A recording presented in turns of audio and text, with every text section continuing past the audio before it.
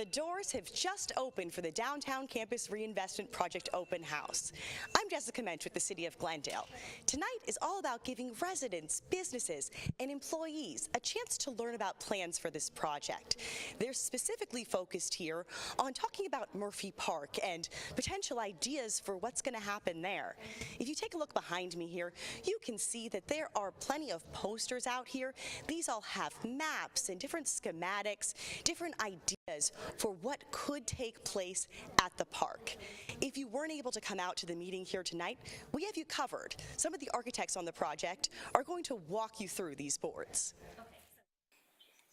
Diane Jacobs with Holly Street Studio joins us now, and this is the second meeting of its kind, right?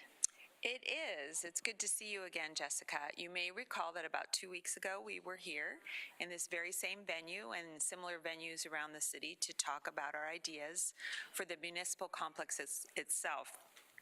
We were very focused on the buildings, on how you would come in and out of the buildings, and on how the departments were going to work within the buildings and what the public spaces inside look like.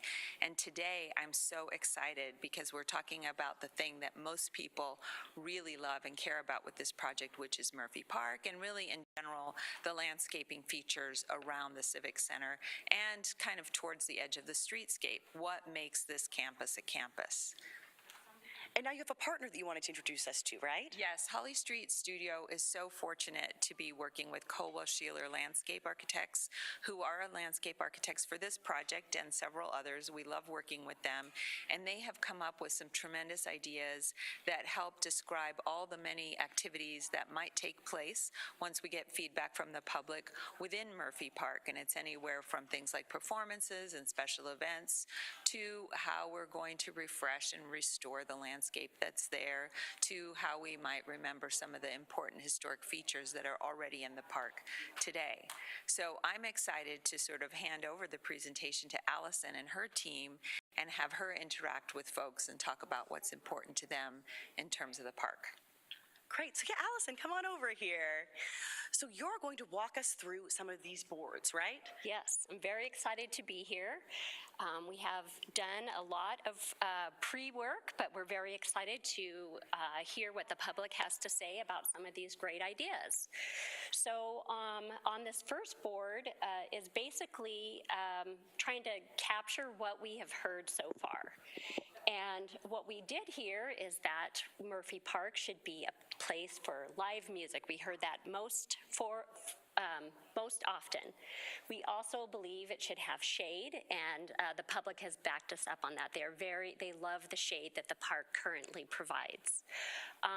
But in addition to that, they desire more open spaces for a variety of events, and also smaller spaces for things like picnics or just meeting with people individually. And then they want kind of a magic at night in the leisure promenade and some interactive art, maybe something you can play on that doesn't only look like art, and then things to do like playing ping pong or just hanging out in the park. And then again, shade, just plenty of shade. So that first chart right there is just saying that these are the main things that we heard. So you can see by far it was live music as the #1 choice. And then just kind of moving on, these were some quotes that we heard about amenity spaces that are reflected in the imagery. I heard that the civic space should be modern and historic and should be very flexible and formal. It should have kind of represent the pride of the city and be very welcoming. And now this next board over here, tonight you're also looking for feedback. Yes. So what we have today, we call them 3 schemes, but they really aren't 3 schemes. They're basically 3 different layouts that kind of show different attitudes about the park. And what we really want the public to focus on is what do you like about these different ideas? And they're more about the elements than really the shape and the pathways. So on this first option, some of the things that this, if we look at the plan first, maybe what this is more like a repair of the park. So we're upgrading the shade, we're upgrading the pathways, but you can see that the layout is very similar to how it is now, and we're preserving most of the park how it is today. And then in addition to that, we'll be adding some of those small picnic pavilions and a couple places to gather, but they are a little bit smaller in nature than maybe some of the other ideas. So then looking at the imagery, we're just showing what a programmable lawn might look like.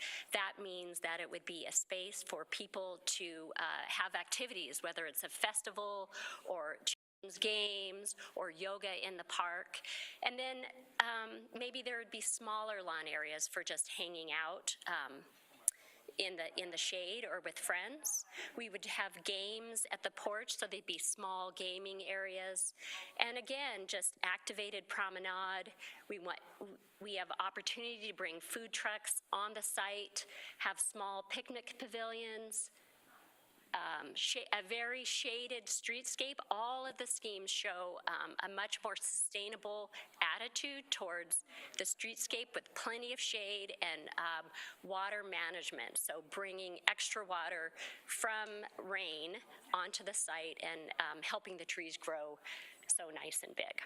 Yeah, So. looking at all these plans, I just can't help but keep thinking about all the awesome festivals that we have and how well some of those ideas would fit in there. I agree. So coming to this next map, can you kind of tell us the difference between that first idea and this one? Yes. So looking at the plan first, the main difference is because the library is such a big element in the middle of the park, where the other one sort of just brought a pathway around the library, in this one we're trying to really activate the spaces around the library. So we have brought a play space up on the north side of the library, a mesquite grove on the east side facing the town, so that there's plenty of shade. So you can just see it's a little bit more of a modern interpretation and providing plenty of spaces that are shaded, but is for flexible activities. And maybe another main difference in this one is that we do show a palm grove, and some people aren't sure that palms are actually all that sustainable, but they really are. The great thing about palms is that they provide the perfect amount of shade on day one, perfect filtered shade, and you can have a lot of different activities in the middle of a palm grove. So that is one feature that's very different about this one than the others. I see that you've even got interactive art and sculpture garden. Yes, so what we're hoping, and you can see some of the imagery on the left, is that maybe there's some art element where kids can actually play on it, and it's a lot of fun to be in, but it doesn't look like a playground. So that is sort of the idea here, is that we would have a boulder scramble or interactive art for children. Awesome. So not only would it be something beautiful to look at, but also kids could use it and really enjoy it. And I think one other main difference is there is less lawn than in some of the other areas. And so that is a difference, where the first one that we previously looked at pretty much maintains almost all the lawn that is there today. And this one has a different attitude about shade and fewer lawn spaces for a more sustainable look. Great. And now moving on to this final board over here, what's the differences here? So in our opinion, this is a little bit more of a hybrid between the two, where we are providing more lawn, but not as much as the first.